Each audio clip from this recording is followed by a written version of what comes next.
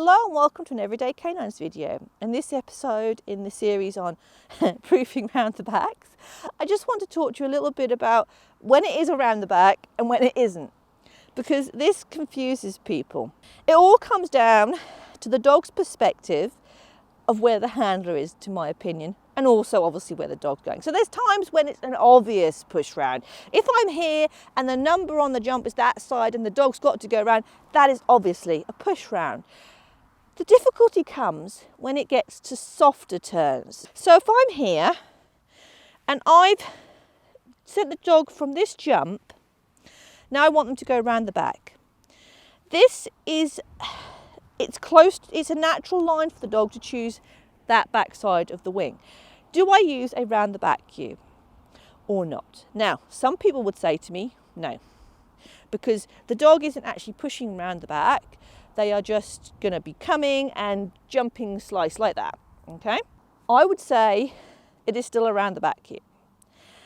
I do this because to me, the dog has got to go past the wing to take the jump. And because of my positioning, they could choose to do the other wing. So if I was here and I was sending them, I wouldn't say that as a round, because my position is saying very obviously you're going straight across. Good girl.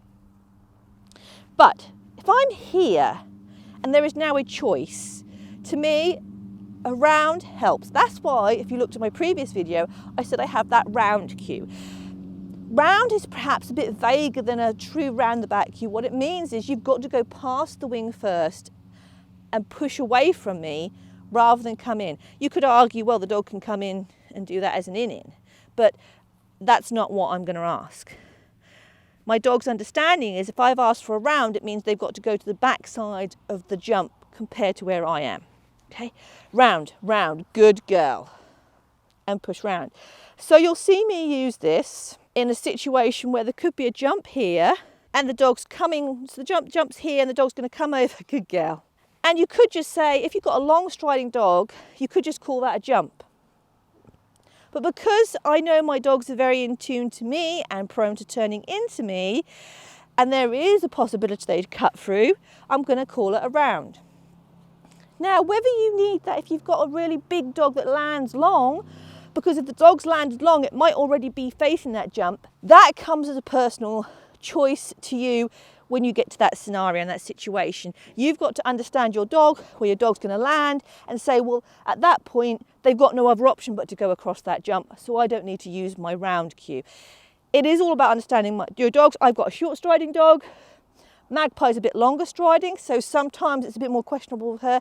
It's that understanding. The important thing is you understand when you want something to be around the back. So in my head, if I'm this side of the wing and my dog has to go to the far side to me, it's always going to be around the back. Always. Even if I'm here, it's still going to be around the back. The only time that changes is if I now start to come this side of the jump. Now at this point it's not. So let me show you that. I'm here and I want my dog to wrap tightly. This is a wrap because my dog has to technically go the far far side the wing to do it.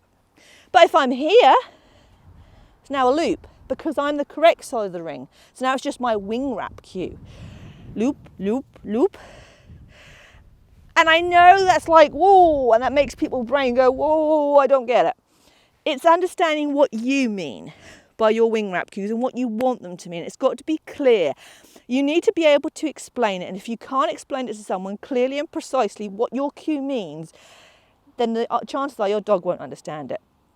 So I can tell you with any of my round the back cues, it means that I am this side of the jump and my dog has got to go around and take the wing before they do the pole. Simple as that. That is what it is. So anytime that scenario comes, and there are grey areas, yes, but anytime that scenario comes, that is when it's around the back cue. So I hope that's explained that and hope that's clarified that. Obviously, if you've got any questions, you can always message me. I hope you've enjoyed this Everyday Canines video, and if you have, you might like to subscribe to the YouTube channel. You can also check us out on Facebook and Instagram, and I hope to see you all again very, very soon.